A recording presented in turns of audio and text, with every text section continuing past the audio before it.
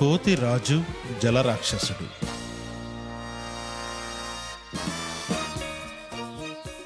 చాలా సంవత్సరాల క్రితం ఒక కోతుల గుంపు అడవిలో ఓ నది ఒడ్డున నివసించేవి. అవి అడవిని తమ నివాసంగా మలుచుకొని ఆడుతూ పాడుతూ ఉండేవి. కానీ అత్యవసరంగా ఒక చోట సమావేశాన్ని ఏర్పాటు చేశాడు. నేను మీకో విషయం చెప్పదలుచుకున్నాను అని గట్టిగా అరిచి ఈ విధంగా చెప్పసాగాడు. ఈ అడవిలో కొన్ని చెట్లు విషపూరితమైన ఫలాలను కలిగి ఉన్నాయి. మీరు జాగ్రత్తగా ఉండడం మంచిది. అంతేకాదు, మన పక్కన ఉన్న సరస్సులో జలరాక్షసుడున్నాడు. మీరు దాహాన్ని తీర్చుకోవడానికి వెళ్తే అతను మిమ్మల్ని చంపివేస్తాడు.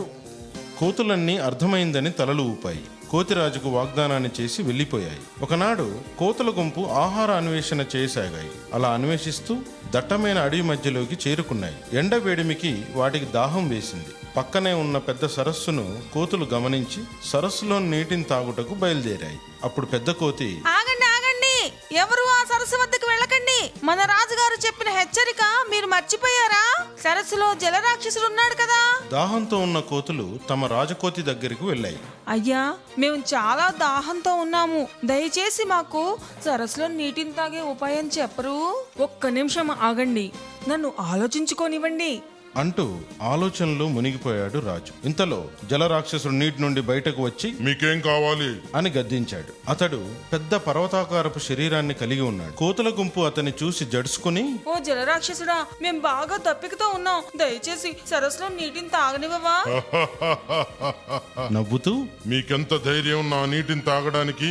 చస్తారు. కోతుల రాజు అతన్ని చూసి ఇలా అన్నాడు, సరస్సులోని నీటిని తాగనివ్వవా? సరే, అది చూద్దాం అదెలా సాధ్యం? అంటూ రాక్షసుడు, నా సరస్సులోంచి చుక్క నీటిని కూడా మిమ్మల్ని తాగనివ్వను. కొంచెం సేపు ఆగు, అది చూద్దాం.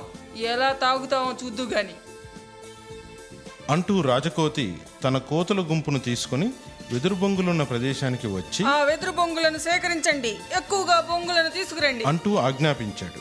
కోతులు వెదురు బొంగుల్ని ఒక్కటొక్కటిగా కోతిరాజుకు అందించసాగాయి. అందులో ఉపయోగకరమైన దృఢమైన వెదురు బొంగుల్ని ఒకదానిలోనికి ఒకటి చొప్పించింది రాజుకోతి. ఆ విధంగా పొడవైన పైపును తయారు చేసింది రాజుకోతి. అంతేకాదు, ఆ పెద్ద పైపు ఒక చివరను సరస్సులోని నీటిలో ఉంచి రెండవ చివరను ఒడ్డు మీదకు వచ్చేటట్లుగా అమర్చింది. ఇదంతా చూస్తున్న కోతులు, నువ్విప్పుడు ఏం చేస్తున్నావు అని అడిగాయి కోతులు ఆశ్చర్యంతో. నీటిని ఈ బొంగుల ద్వారా పీల్చుకోవాలి, కాస్త ఆగండి అంటూ రాజకోతి రెండవ చివరను నోటిలో పెట్టుకొని బలంగా పీల్చడం ప్రారంభించాడు. అలా ఇంకాస్త బలంగా పీల్చడం ద్వారా సరస్సులో నీరు పైపు ద్వారా రెండవ చివరకు ప్రవహించింది. కోతులు గెంతులు వేస్తూ గోల చేయసాగాయి. హఠాత్తుగా జలరాక్షసుడు నీటి నుండి పైకి వచ్చాడు. అతడు కోతులు నీటిని తాగడాన్ని గమనించాడు. కోపంతో అతని కళ్ళు ఎరుపెక్కాయి. కానీ పాపం ఆ రాక్షసుడు తన సరస్సులో కాలు పెడితే తప్ప వాటిని చంపలేడు. దాంతో పళ్ళు పటపటా కొరుకుతూ ఒడ్డుపై ఉన్న కోతుల్ని చూస్తూ ఉండిపోయాడు. కోతులు మాత్రం సంతోషంగా ఆ నీటిని తాగి తమ ఇండ్లకు చేరుకున్నాయి.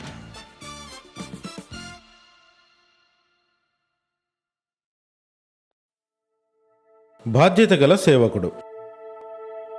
ఒకానొక సమయంలో ఒక రాజుకు కోతితో స్నేహం ఏర్పడింది. కోతి ఎల్లప్పుడూ రాజుగారితో పాటే ఉండేది. ఓ మధ్యాహ్నం సమయంలో రాజుగారు తన మందిరంలో విశ్రాంతి తీసుకొనసాగారు. అప్పుడు తెరిచి ఉంచిన కిటికీ ద్వారా ఒక ఈగ ఎగురుతూ వచ్చింది. మొదట అది రాజుగారి మంచం పరుపులపై వాలుతూ ఎగురుతూ చివరగా రాజుగారి ముక్కుపై వాలింది. మరి పక్కనున్న కోతి ఇప్పుడు రాజుగారి అంగరక్షకుడి స్థానంలో ఉంది. మరి అందువల్ల అది రాజుగారి మంచం దగ్గరగా కూర్చొని ఉంది. అది ఈగను చూసి చేతితో ఈగను తరమడానికి ప్రయత్నించింది. ఈగ ఎగిరినట్టే ఎగిరి తిరిగి మళ్ళీ రాజుగారి ముక్కుపై వాలిపోయింది. అప్పుడు కోతి చేతి రుమాలు తీసుకొని ఈగను పారద్రోలడానికి ప్రయత్నించింది. ఈసారి కూడా ఈగ మోసం చేసి రాజుగారి ముక్కుపైనే కూర్చుండిపోయింది. ఈగ అక్కడి నుంచి వెళ్ళడానికి ఇష్టపడలేదు. ఇదంతా చూసి కోతికి కోపం వచ్చింది.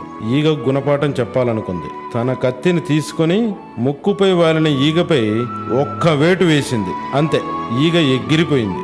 కోతి కత్తి ఈగను ఏమీ చేయలేకపోయినా రాజుగారి ముక్కును మాత్రం చీల్చేసింది. రాజుగారు భయంతో అరుస్తూ నిద్ర నుండి మేల్కొన్నారు.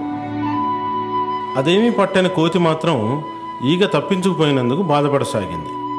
అప్పుడు రాజుగారికి అర్థమైంది ఎవరు చేసే పనులు వారికే చెప్పాలని.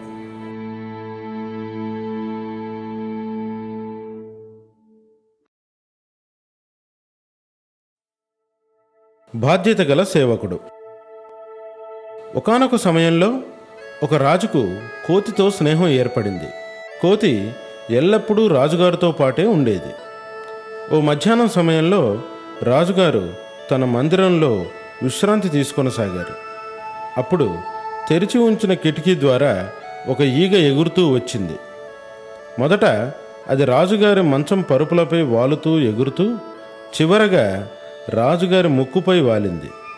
మరి పక్కనున్న కోతి ఇప్పుడు రాజుగారి అంగరక్షకుడి స్థానంలో ఉంది. మరి అందువల్ల అది రాజుగారి మంచం దగ్గరగా కూర్చొని ఉంది. అది ఈగను చూసి చేతితో ఈగను తరమడానికి ప్రయత్నించింది.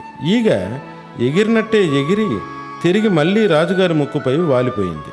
అప్పుడు కోతి చేతి రుమాలు తీసుకొని ఈగను పారద్రోలడానికి ప్రయత్నించింది. ఈసారి కూడా ఈగ మోసం చేసి రాజుగారి ముక్కుపైనే కూర్చుండిపోయింది. ఈగ అక్కడి నుంచి వెళ్ళడానికి ఇష్టపడలేదు. ఇదంతా చూసి కోతికి కోపం వచ్చింది. ఈగ గుణపాఠం చెప్పాలనుకుంది. తన కత్తిని తీసుకొని ముక్కుపై వాలిన ఈగపై ఒక్క వేటు వేసింది. అంతే, ఈగ ఎగిరిపోయింది. కోతి కత్తి ఈగను ఏమీ చేయలేకపోయినా రాజుగారి ముక్కును మాత్రం చీల్చేసింది. రాజుగారు భయంతో అరుస్తూ నిద్ర నుండి మేల్కొన్నారు.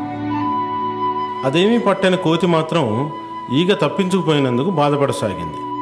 అప్పుడు రాజుగారికి అర్థమైంది ఎవరు చేసే పనులు వారికే చెప్పాలని.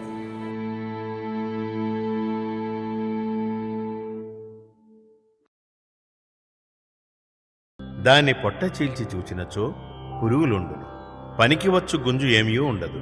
అట్లే పిరికివాడు పైకి మంచి శరీర పుష్టి కలిగి చూడం